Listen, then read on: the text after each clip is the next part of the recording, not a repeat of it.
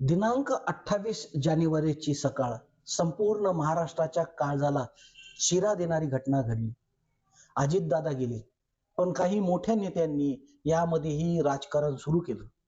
परंतु सुदैवाने सध्या तरी महाराष्ट्रातील कोणताही राजकीय नेता या राजकारणाला बळी पडलेला दिसत नाही. अजितदादा गेल्याची बातमी जशी व्हायरल झाली, अवघ्या काही तासातच काही नेते टीव्ही समोर आले व त्यांनी या अपघातामध्ये लगेच घातपाताचा संशय व्यक्त केला.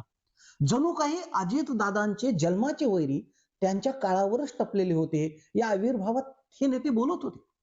उत्तर भारतात आणि पश्चिम बंगालमध्ये ज्या पद्धतीने सुडाचे राजकारण होते, जणू काही तसेच राजकारण महाराष्ट्रातही सुरू झाले आहे, असा त्यांच्या बोलण्यातून अर्थ निघत होता. हयातीत आपल्या वडिलांना पार्टी आणि राजकारणातून बाद करणारा औरंगजेबी नेता यापेक्षा वेगळं काय विचार करणार. काही पक्षांची कार्यसंस्कृतीच अशा पद्धतीने तयार झालेली आहे. मित्रांनो, मेलेल्या माणसावर राजकारण करणे, त्यामध्ये आपला फायदा शोधणे, कार्यकर्त्यांच्या मनामध्ये संभ्रम निर्माण करणे, ही त्यांची खेळी महाराष्ट्रातील सर्वपक्षीय सुज्ञ नेत्यांनी आतापर्यंत तरी पूर्ण होऊ दिलेली नाही.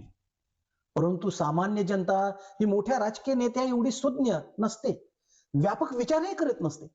आता तर गल्लीतलं शेंबड पोरही छाती ठोकपणे दादा गेल्याचा फायदा कोणाला यावर चर्चा करताना दिसत आहे.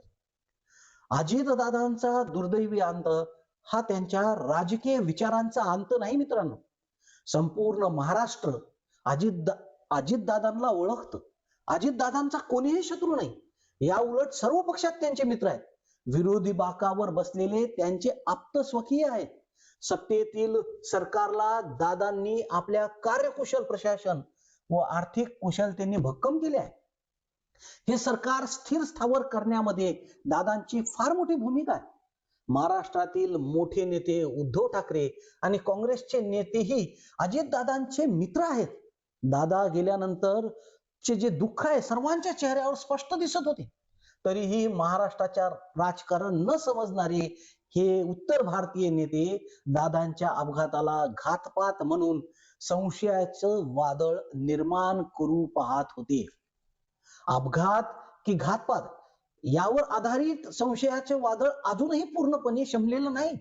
लोक वाट पाहत आहेत. नवीन राजकीय समीकरणही त्याचीही वाट पाहत आहेत. ते पुढे येतीलच आणि महाराष्ट्राला समजेल. परंतु तुर्तास महाराष्ट्रातील सर्व पक्षाच्या मोठ्या नेत्यांनी यावर बोलणं टाळलेलं आहे. सर्वोच्च न्यायालयाच्या न्यायमूर्तीच्या अधिकारात दादांच्या अपघाताची चौकशी होणे अत्यावश्यक आहे व त्याचा अहवालही 8 ते 10 दिवसामध्ये येणे आवश्यक आहे. नाहीतर हे वाचाळ नेते पुन्हा बडबड करायला सुरुवात करतील व दादांच्या मृत्यूचेही राजकारण करतील. ज्या लाडक्या बहीण योजनेच्या यशस्वीतेनंतर भारतीय जनता पक्ष व शिंदे सेना यांनी मुंबई महापालिकेत व स्थानिक स्वराज्य संस्था जिंकल्या, ही लाडकी बहीण योजना यशस्वी व्हावी म्हणून दादांनी जे परिश्रम केले, त्यासाठी पैशाची तरतूद अर्थ खात्यात केली, हे काम साधं सोपं नाही. याची जाणीवही भारतीय जनता पक्षाला आहे. दादानंतर कोण हा प्रश्न सद्यस्थितीत निरुत्तरित आहे. परंतु जो कोणी येईल तो दादांच्या विचाराचा खरा वारसदार असेल, यात तीळ मात्रही शंका नाही. दादांचं अवेळी जाणं महाराष्ट्राच्या राजकारणाचं, समाजकारणाचं प्रचंड नुकसान आहे, यामध्येही शंका नाही. दादांना भावपूर्ण श्रद्धांजली अर्पण करतो आणि थांबतो. धन्यवाद.